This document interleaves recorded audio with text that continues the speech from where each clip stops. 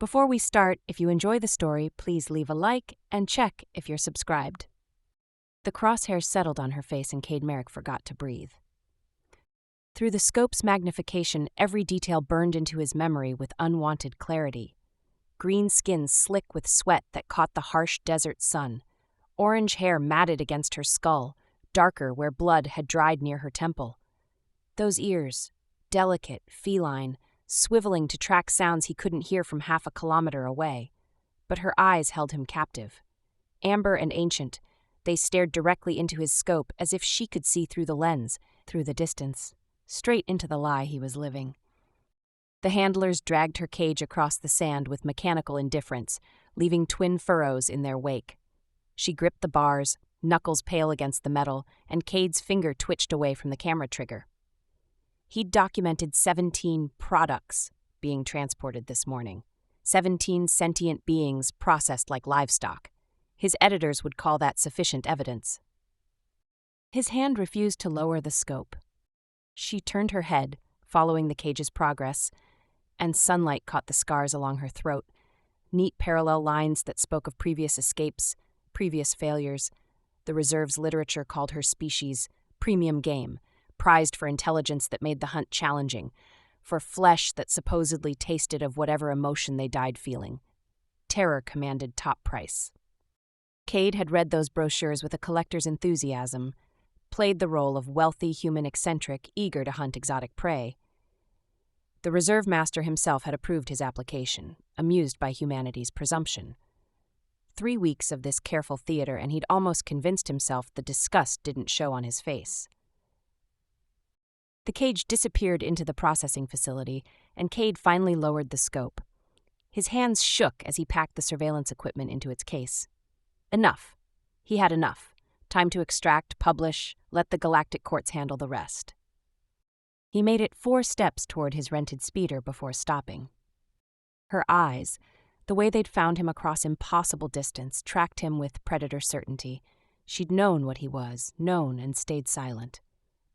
Damn it. The reserve's main lodge sprawled across an artificial oasis, all imported marble and flowing water meant to comfort clients between kills. Cade entered through the grand atrium where holographic trophies cycled through their death throes on infinite loop. A Corvan alpha male, frozen mid-roar, a Thessian child, wings spread, entertainment for the waiting hunters. Mr. Merrick? The concierge glided forward on too many legs, mandibles clicking pleasantly. Your guide mentioned you seemed distracted during today's observation. Perhaps the heat?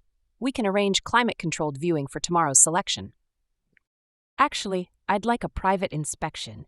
Cade kept his tone light, bored. The merchandise in processing before I commit to a hunt package. The concierge's antennae quivered.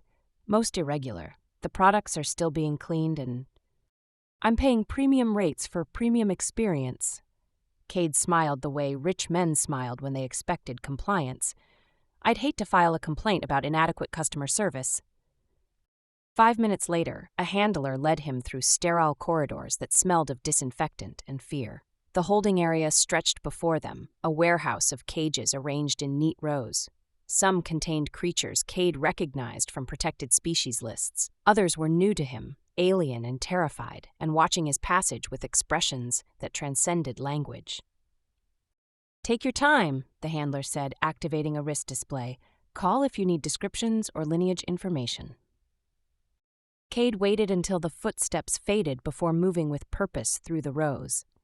He found her in the back corner, cage smaller than the others, reinforced with triple locks. They'd hosed her down but left her soaking wet, presumably to discourage any escape attempt before proper securing. She sat with her back against the far bars, head tilted back, eyes closed. Water dripped from her hair onto shoulders that bore more scars than he'd seen through the scope. Her breathing came steady, controlled. Meditation or resignation, he couldn't tell. You're wasting time, she said without opening her eyes. Her voice carried an accent he couldn't place, syllables shaped by a mouth not quite human. The handler will return in 6 minutes. Not enough time to override the locks, even for someone with your skills. Cade crouched in front of the cage, studying her. You speak Terran? I speak 17 languages. Now her eyes opened, fixing on him with unsettling intensity. "Including the 3 you've used in the past week to communicate with your editor. The Velosian dialect needs work. You keep using the formal conjugation in informal contexts." His blood went cold. "How long have you known?" "Since day 2. She shifted forward, and he caught the lean muscle beneath wet skin, the coiled readiness of something born to run or fight. "You photograph everything. Take notes on a quantum pad you think is encrypted. You're either the worst undercover investigator in human history or the most committed one." "If you knew, why didn't you?" "Alert the guards, get you exposed?" Her lips curved without humor, "and lose my one chance at someone who might actually give a damn." Cade glanced toward the entrance, then back at her. "I have evidence. Enough to bring legal action, maybe shut this place down."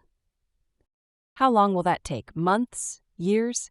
She pressed against the bars, close enough that he could see gold flecks in her amber eyes. "They'll hunt 50 more of my people in that time, 100. The law moves slowly. We die fast." "What do you want from me?" "Nothing." She leaned back, dismissive. "You'll do what humans do. Document the horror, feel briefly guilty, move on to your next crusade. I've met your kind before." Heat rose in his chest. "You don't know anything about me." "I know you've been here 3 weeks taking pictures while people like me get processed." Her voice stayed level, but something dangerous flickered in her expression. "I know your friend died here. Victoria Strand, xenobiologist, 2 years ago, Hunt Event Sigma. They have her skull mounted in Vorath's private collection." The name hit like a fist. Cade stood abruptly, pulse hammering. "How do you—" "I was here. Different cage, same warehouse." She rose with him, matching his height despite the cage's low ceiling forcing her into a crouch. "I watched them drag her through after the hunt. She was still alive, asking for someone named Cade, begging him to finish what she started." His vision tunneled. The handler would return any moment. His cover was intact, his evidence secured. The smart move was walking away, publishing the exposé, letting Victoria's death mean something through proper channels. He thought of her eyes through the scope, of 2 years spent chasing this moment, of the 17 other beings in this warehouse who would be dead by week's end. "I need 12 hours to arrange extraction," he heard himself say. She studied him with an expression he couldn't read. "You'll actually do it." "I'll come back tonight. Be ready." "I'm always ready." Something shifted in her posture, spine straightening. "My name is Sarah." "Cade Merrick." "I know," the ghost of a smile. "See you tonight, Mr. Merrick. Try not to get killed before then." He made it halfway to the exit before her voice stopped him one last time. "Cade?" He turned. "Thank you." The words shouldn't have affected him. He'd accepted gratitude from sources before, stayed professional, maintained distance, but the way she said it, raw and surprised, as if kindness was a language she'd forgotten, made his chest tighten with something beyond duty. "Don't thank me yet," he said, and left before he could make more promises he might not keep. The facility's night shift ran on skeleton crew, literally in some cases. Cade watched a Skillian guard pass his hiding spot, its translucent body revealing the ghostly outline of bones within. Predictable patrol pattern, overconfident security. They'd never had a client go rogue before. He'd spent the afternoon playing his role perfectly, joining other hunters for drinks, laughing at their stories of previous kills, nodding along as Vorath himself regaled them with tales of particularly challenging prey. The reserve master stood 7 feet tall, his reptilian insectoid body draped in a coat woven from trophies. Cade had recognized 3 distinct species in the fabric before forcing himself to look away. "The greenskins are my favorite," Vorath had said, mandibles clicking with pleasure. "They understand what's happening. That awareness adds such exquisite flavor to the final moments." Cade had smiled and ordered another drink and imagined putting a plasma bolt through that smug face. Now he moved through service corridors, avoiding cameras he'd mapped during his first week. The holding area's rear entrance accepted his stolen credentials without alarm. Inside, emergency lighting cast everything in red shadow. Most cages held sleeping occupants, exhausted or drugged or simply broken. Sarah's cage sat empty. His heart dropped before logic caught up. The triple locks hung open, twisted metal suggesting force applied from outside. Drag marks in the dust led toward the main corridor. Fresh blood stippled the floor in a trail he could follow even in dim light. Every instinct screamed trap, but he moved anyway, weapon drawn. The trail led to an equipment storage room where the door stood ajar. Cade approached from the side, checked angles, then pushed through. Sarah crouched over an unconscious guard, wiping blood from a metal bar she'd apparently torn from her cage. She looked up as he entered, eyes reflecting red light like a cat's. "You're early," she said. "You're out." Guard got careless during feeding rounds. She stood, and he noticed she'd stripped the guard's jacket, now wrapped around her waist. The facility uniform they'd given her was torn at the shoulder, revealing more of those scars. "I was going to wait, but opportunity presented itself." Cade moved to the guard, checked for pulse. "Still alive. We need to move, now." Alarms shrieked to life before he finished the sentence. Sarah's ears flattened against her skull. That's not because of him. They're on a different schedule. "Then what?" The intercom crackled. Vorath's voice filled the facility, smooth and amused. "Attention, staff. We have a code yellow situation. One of our premium products has demonstrated remarkable initiative. Also, it appears Mr. Merrick is not who he claimed to be. How delightful. Activate hunt protocols. Live capture preferred, but damaged goods are acceptable." Sarah looked at him. "You have an exit strategy?"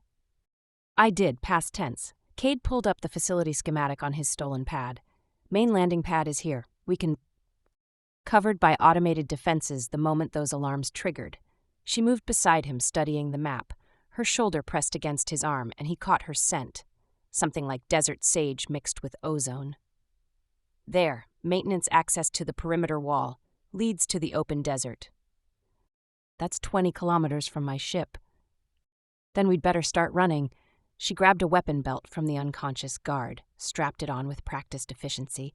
"Unless you have a better idea?" Footsteps echoed in the corridor outside, multiple guards moving fast. "Desert it is." Cade fired his weapon at the door controls, fusing them shut. "Stay close." "I intend to." They ran. The maintenance tunnels stank of coolant and recycled air. Sarah moved ahead of him, her hearing picking up guards before he could see them. Twice she pulled him into side passages, seconds before patrols passed. Her hand on his wrist felt warm, her grip stronger than he expected. They emerged into the desert night through a ventilation shaft, air thick with heat still radiating from sand that had baked all day. Twin moons painted everything silver and blue. In the distance, searchlights cut through darkness as hunters mobilized. "They'll have speeders deployed in minutes," Cade said, checking his weapons charge. "Tracking equipment, thermal scans, probably drones." Sarah was already moving, heading for a rocky outcropping 100 meters away. "Then we give them something to track." She led him to a narrow canyon entrance, barely wide enough for single file. Inside, the rock walls pressed close, blocking moonlight. Cade activated a small light, but she pushed his hand down. "No light, they'll spot the glow." "I can't see." Her hand found his in the darkness. "I can, trust me." He did, letting her guide him deeper into the canyon system. Her palm felt rough with calluses, fingers laced through his with surprising intimacy. They moved in silence, broken only by their breathing and the distant whine of speeders beginning their search pattern. After what felt like an hour but was probably 15 minutes, Sarah stopped. "Here." His light revealed a small cave carved into the canyon wall, entrance concealed by fallen rock. Inside, the space opened enough for both of them to stand. Old scorch marks on the walls suggested previous occupants. "Someone else escaped here before," Cade observed. "Many have tried." Sarah settled against the far wall, finally releasing his hand. "Few succeeded." The speeder's whine grew louder, then faded as the search moved past their position. Cade checked the cave entrance, confirming decent cover. When he turned back, Sarah was examining her arm where the uniform had torn. Blood seeped from a cut he hadn't noticed before. "You're hurt." "Happened during the cage break. It's nothing." He knelt beside her anyway, pulling a medical kit from his jacket. "Let me see." She hesitated, then extended her arm. The cut wasn't deep, but needed cleaning. He worked carefully, aware of her watching him. Her skin felt warmer than human, textured differently, smoother in some places, slightly ridged in others. "Why did you really come back?" she asked quietly. Cade focused on cleaning the wound. "Told you I have enough evidence." "You could have left, published everything from safety. Instead, you're here, running for your life." Her other hand caught his wrist, stopping his work. "Why?" He met her eyes. This close, he could see the exhaustion beneath her defiance, the weight of whatever she'd survived to reach this moment. "Because Victoria would have come back," he said. "Because someone needs to give a damn. Because—" He stopped, unsure how to finish. "Because you saw me through that scope and couldn't look away," Sarah finished for him. The words hung between them, dangerous and true. His hand still rested on her arm, her fingers around his wrist. Neither moved. "We should rest," she said finally, but she didn't release him. "They'll search all night. Come dawn, we need to be moving again." Cade nodded and settled beside her against the cave wall. Close enough that their shoulders touched. Close enough to feel the heat radiating from her body. He told himself it was tactical, conserving warmth, maintaining awareness of each other's position. The lie felt paper-thin. Outside, searchlights swept past their hiding spot. Sarah's breathing gradually steadied into sleep, her head tilting until it rested against his shoulder. He should wake her, maintain proper distance, stay professional. Instead, Cade watched the cave entrance and tried not to think about how right her weight felt against him. Tried not to remember the way her hand had guided him through darkness with absolute confidence. Tried not to calculate how many days they'd have to survive together before reaching his ship. Failed at all three? Her fingers twitched in sleep, finding his hand again. He let them stay, telling himself it meant nothing. Telling himself he was still the objective investigator, she was still the story. This was still just about evidence and justice and finishing Victoria's work. In the silver moonlight filtering through the cave entrance, Sarah smiled slightly, still asleep. Cade wondered if she was dreaming of freedom or simply the temporary absence of fear. He didn't sleep. Someone needed to keep watch, and besides, he was afraid of what he might dream about. Dawn broke hot and immediate, the desert transitioning from cold to scorching within minutes. Cade woke to find Sarah already at the cave entrance, watching the landscape with predator stillness. She'd braided her orange hair back from her face, revealing the elegant line of her neck and those scars he kept noticing. "Search patterns shifted an hour ago," she said without turning. "They're moving south, wrong direction." He moved beside her, scanning the horizon, 3 speeders visible in the distance, kicking up dust trails. "My extraction point is northeast, 3 days on foot." "We won't make it." She pointed at the sky where dots circled. Surveillance drones. "They're mapping everything. By tonight, they'll have covered this entire sector." "So what do you suggest?" Now she looked at him, and something in her expression made his stomach tighten. "There's another option, not escape." "Sarah, the Reserve's central facility houses their main computer systems, hunt records, client databases, financial networks." Her voice stayed level, but intensity radiated from every word. "Also, encrypted locations of every known refugee colony of my species across 3 sectors." Understanding hit like cold water. "You weren't just waiting for rescue." "I've been captured 4 times. She turned fully toward him, and he saw the truth etched in every scar, every hard angle of her posture. "Twice I escaped. Once I was rescued by others who died getting me out. The 4th time this time, I let them take me." "You wanted to be here." "I needed to be here."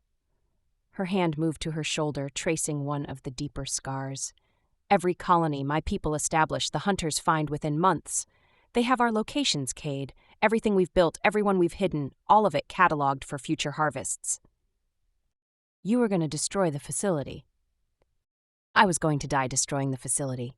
She said it matter-of-factly, as if discussing the weather. "Delete the data. Take out as much infrastructure as possible. Maybe buy my people a few years before the hunters reorganized."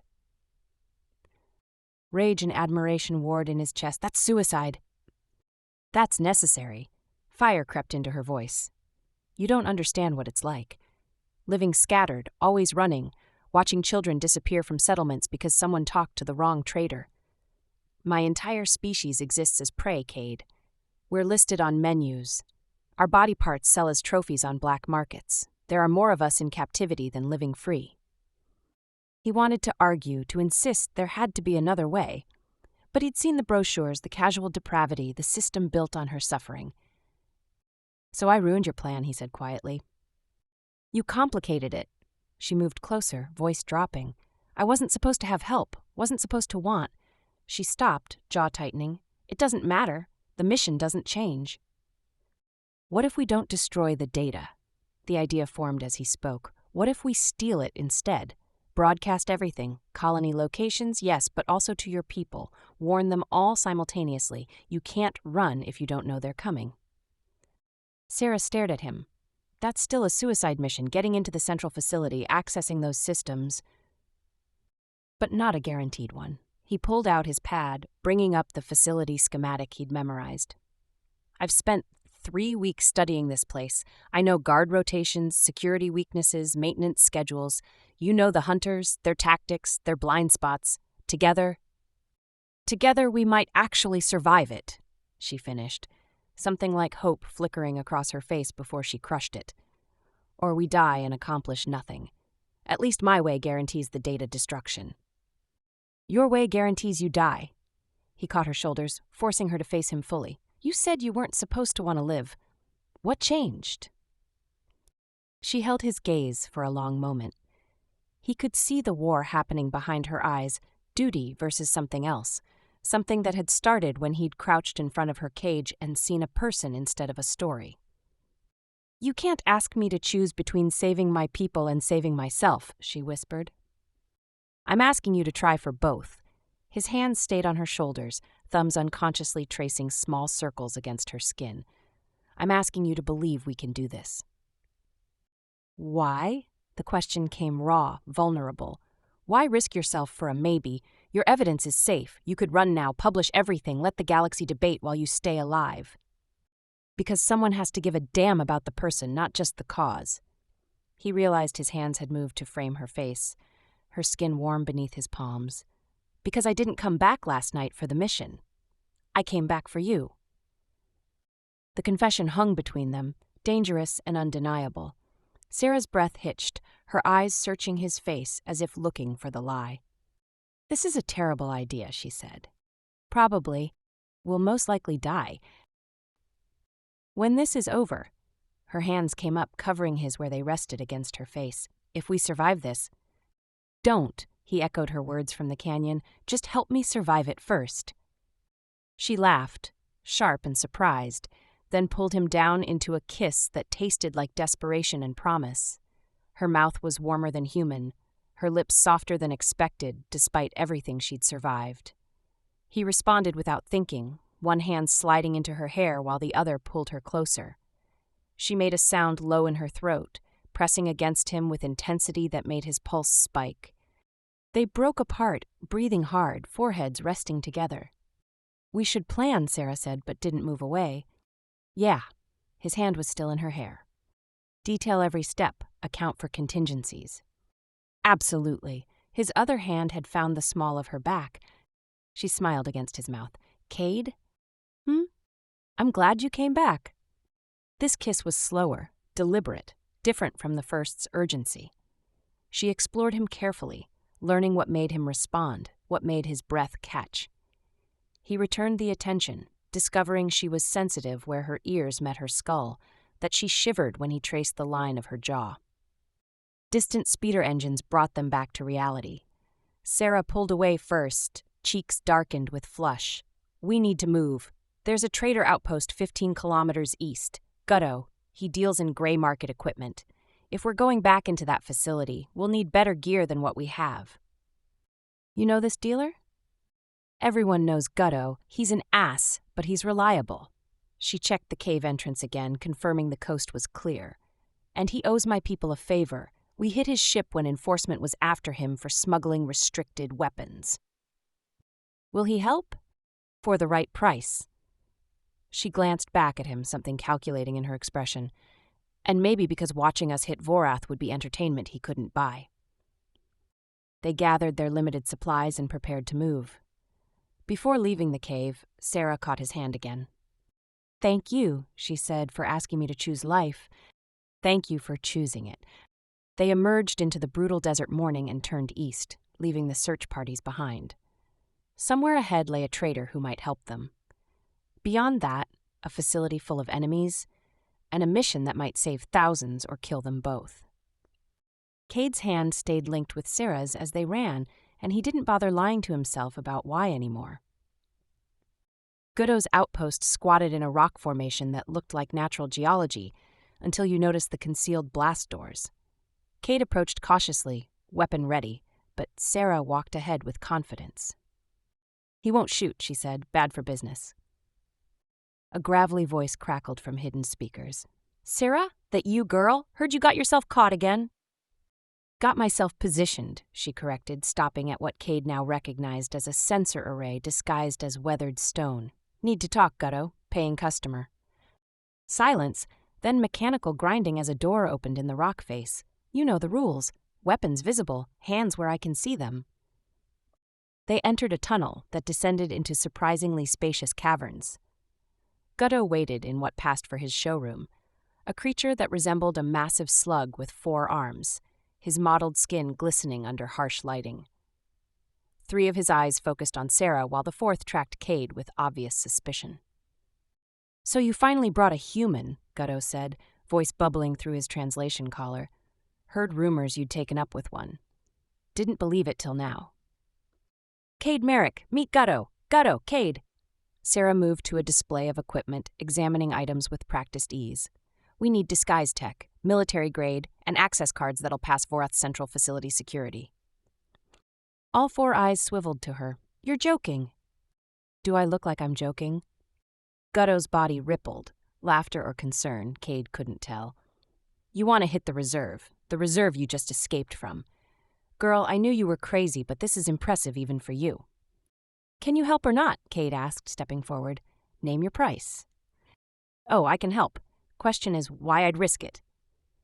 Gutto slithered closer, studying Cade with unnerving intensity. "Vorath's got half the sector's hunters looking for you two. You're bad business right now. Toxic business." Sarah's hand moved to her belt, and Cade saw her fingers brush the weapon there. But her voice stayed calm. "Remember that enforcement cruiser last year? The one scanning every ship in the outer markers? We hid you in our settlement for 3 weeks, Sarah continued. Fed you, protected you, never asked what you were hauling that had them so interested. You said we'd earned a favor." Gutto's eyes dimmed, his species equivalent of looking away. That favor was for emergency extraction, medical supplies, something reasonable. "This is reasonable." She pulled up a chair that looked far too small for human anatomy and sat, posture relaxed despite the tension. "We're going to broadcast every hunt record in Vorath's database, client names, species harvested, financial transactions, everything possible. And we're going to transmit sanctuary colony locations to every Freedom network simultaneously. Give my people a chance to scatter before the next harvest." Now Gutto went very still. "You're serious." "We're suicidal," Cade offered, "but yes, serious. If you pull this off." Gutto's tentacle-like tongue flickered out, tasting the air. "The fallout would be spectacular. Half of Vorath's client list are council members, military contractors, corporate executives. The scandal alone would crater markets." "Chaos you could profit from," Sarah said quietly. "New power structures mean new opportunities for someone positioned correctly." The merchant's eyes brightened, interest overriding caution. "You always were smart, girl. All right.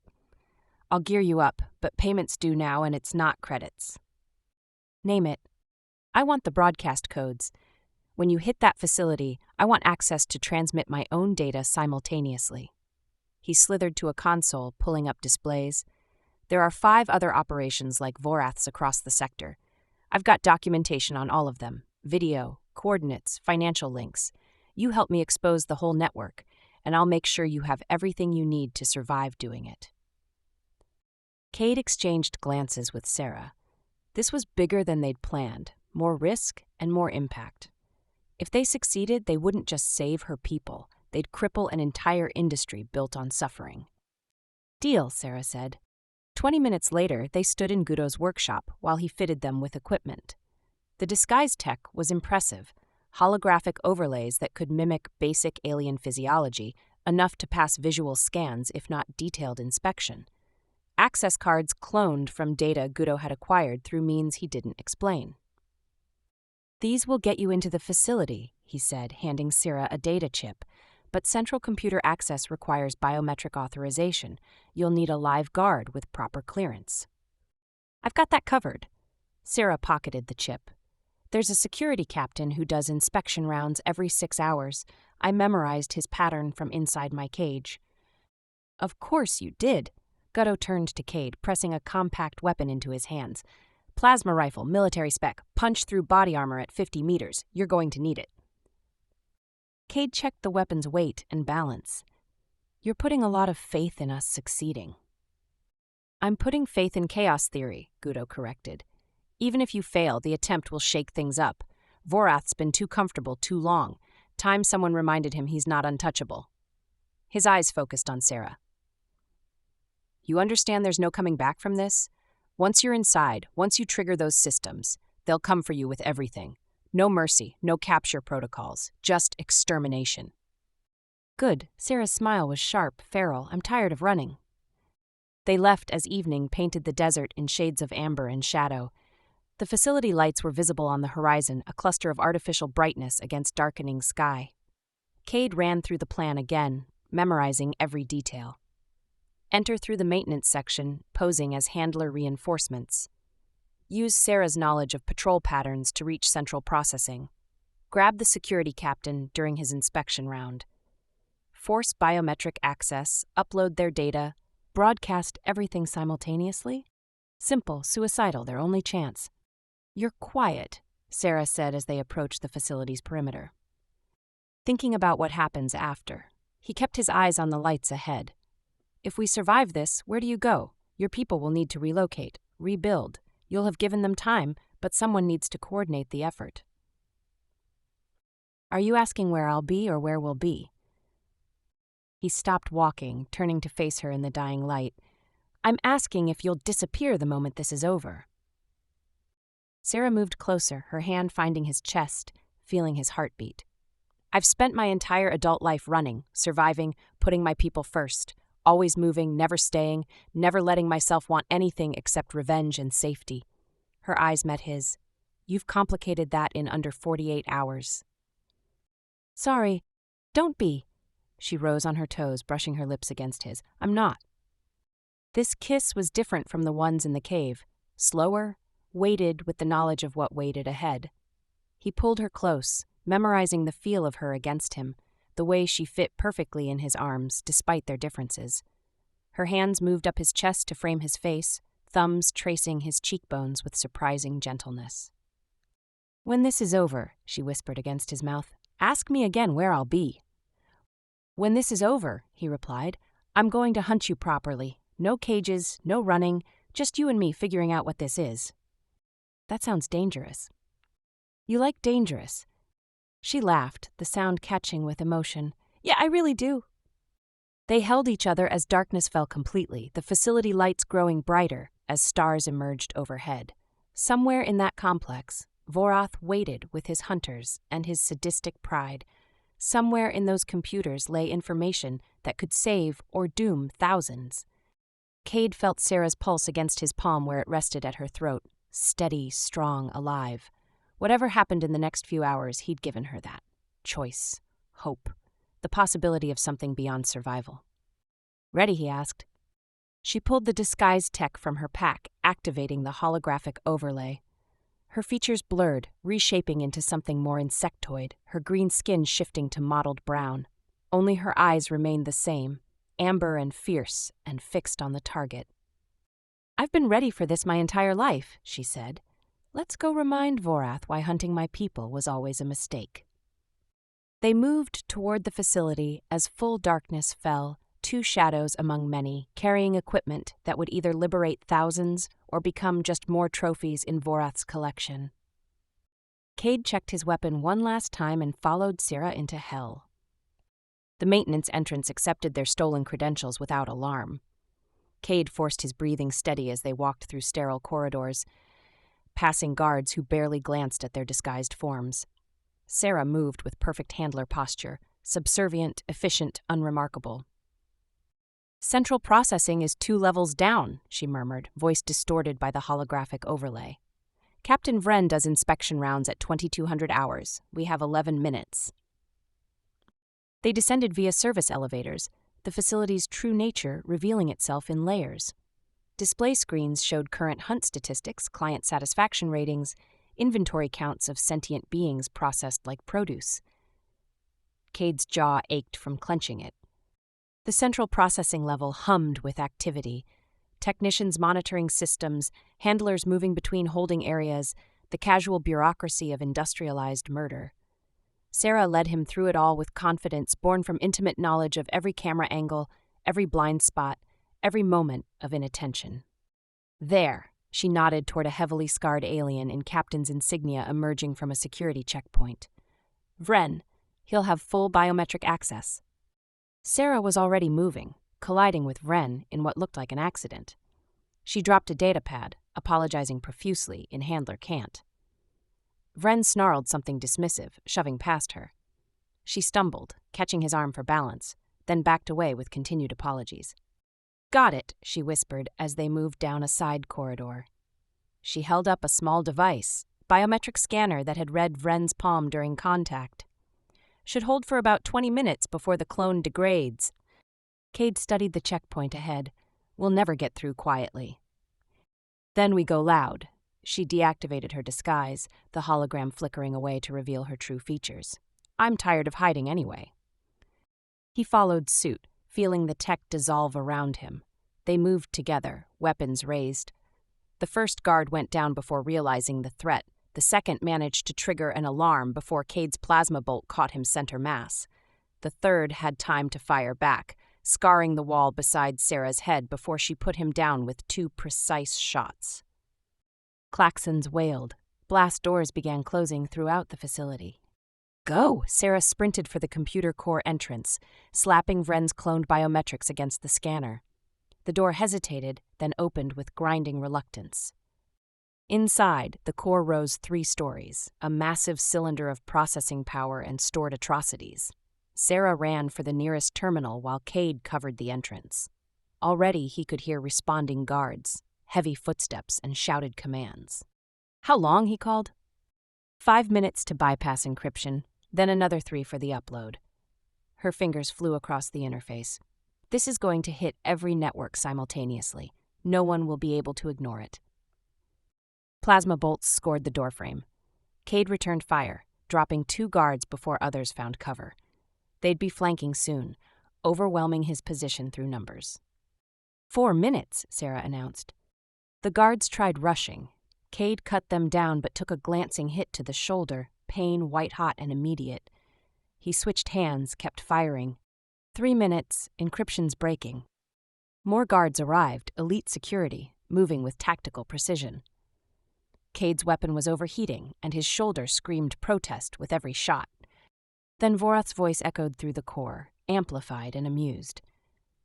"Remarkable effort, Mr. Merrick. And Sarah, 4th time truly is the charm, isn't it?" The reserve master emerged from an auxiliary entrance flanked by personal guards, 7 feet of predatory confidence, that coat of trophies hanging from his shoulders. Even at this distance, Cade could see Victoria's contribution to the collection. 2 minutes, Sarah said quietly. "I've been hunting her species for 40 years, Vorath continued, moving closer.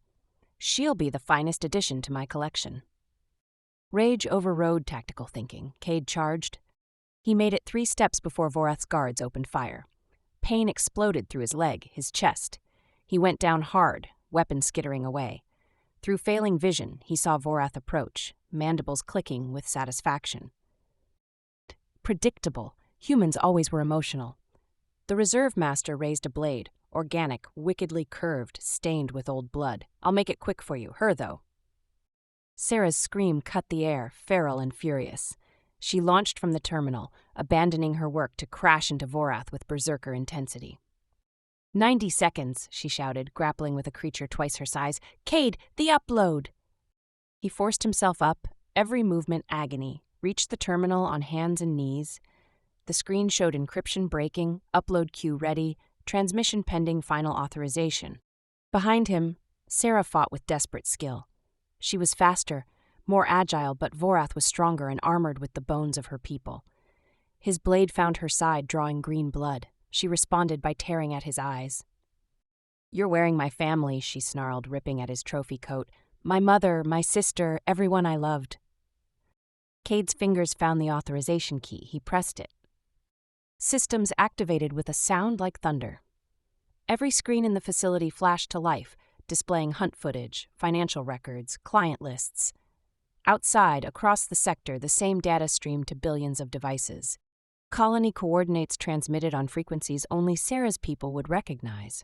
Warnings, evacuation protocols, safe routes, everything they needed. "Upload complete," the system announced. Vorath's head snapped around, comprehension dawning. "No." Sarah used his distraction. Her hand found the blade in her side, yanked it free despite the pain, and drove it upward through the gap in his armor she'd spent 40 years learning existed. The blade that had killed hundreds of her kind finally found its rightful home. Vorath collapsed, shock replacing arrogance. "Impossible." "Nothing's impossible," Sarah gasped. "You just never learned that." She stumbled to Cade, collapsing beside him. They were both bleeding too much, fading too fast. But around them, the facility descended into chaos as staff realized what had broadcast. Guards abandoned posts, ships fled, the entire enterprise crumbling in real time. "We did it," Cade managed, finding her hand. "Your people. We'll scatter, we'll survive." She squeezed his fingers weakly. "Because you came back for me." "Best decision I ever made." She laughed wetly, blood on her lips. "When this is over?" "Sarah, don't—" "When this is over," she continued stubbornly, "you're going to hunt me properly, remember?" The sound of engines penetrated his fading consciousness, voices shouting, "Not facility security, different language." Through the smoke, he saw figures in rescue gear. "Gutto sent reinforcements," Sarah whispered. "That opportunistic bastard actually sent help." "2 critical injuries," someone shouted. "Get medical teams now." Hands lifted him, separated him from Sarah. He tried to reach for her, but his body refused. The last thing he saw before unconsciousness took him was her being loaded onto a stretcher, her orange hair brilliant against white sheets, her amber eyes tracking him with fierce determination. "Stay alive," those eyes commanded. Consciousness returned in pieces. Clean sheets, filtered air, medical equipment beeping steadily. Cade opened his eyes to soft light. His shoulder and leg were immobilized in regeneration fields. A figure sat beside his bed. Green skin, orange hair, cat-like ears perked forward. Sarah looked up from her datapad, and relief transformed her face. "You're awake." She set the pad aside, moving closer. "Medical said it'd be another day at least." "How long?" His voice came rough. 4 days. They had to reconstruct most of your shoulder." Her hand found his, warm and real. "I've been awake for 2. Kept threatening the staff until they let me stay." He managed to smile. Seems in character. The broadcast worked. She showed him news feeds. 3 major hunting operations shut down, council emergency sessions, Vorath's entire client list scrambling for lawyers. "And your people?" "Scattering as planned. Gutto's been running supplies to evacuation points." She paused, something vulnerable crossing her face. "They're calling us heroes. I've never been anything but prey before." Cade squeezed her hand. "You were never just prey." She leaned closer. "When I thought you were dying, I realized I'd broken my own rule. I let myself want something beyond survival." "What do you want?" "You. Simple, direct, fearless. However you'll have me, I want this thing we started to have a chance. I'm going to need months of recovery." He pulled her hand to his lips, kissing her knuckles. "Might need someone to help me through it." "I can do that," she smiled, hope replacing hardness. "And after?" "After we figure out what happens when 2 hunters find each other." He tugged her closer despite protesting injuries. "Maybe we hunt something better. Purpose, home, future." She kissed him carefully, mindful of his wounds, but with intensity that promised everything. "I spent my life being hunted. Now you're going to teach me how to stop running." "Might take a while." "I've got time." Her forehead rested against his. We survived impossible odds. That buys us at least a chance. Outside their window, ships crossed the station's sky, refugees escaping to safety, journalists covering the story, officials fleeing scandal. The galaxy was changing, systems reshaping, and industry collapsing under exposed truth. Sarah's hand traced patterns on his chest, counting his heartbeat, learning the rhythm of something she'd never expected. Time, safety, choice. "So," she said with that sharp smile he'd fallen for, "when you're healed, how exactly does one hunt properly? I'm gonna need details." Cade laughed, the sound bright and free. "I'll show you, but fair warning, I'm very good at what I do." "Good," her eyes gleamed with challenge and affection. "So am I." The hunt was over. Their story was just beginning.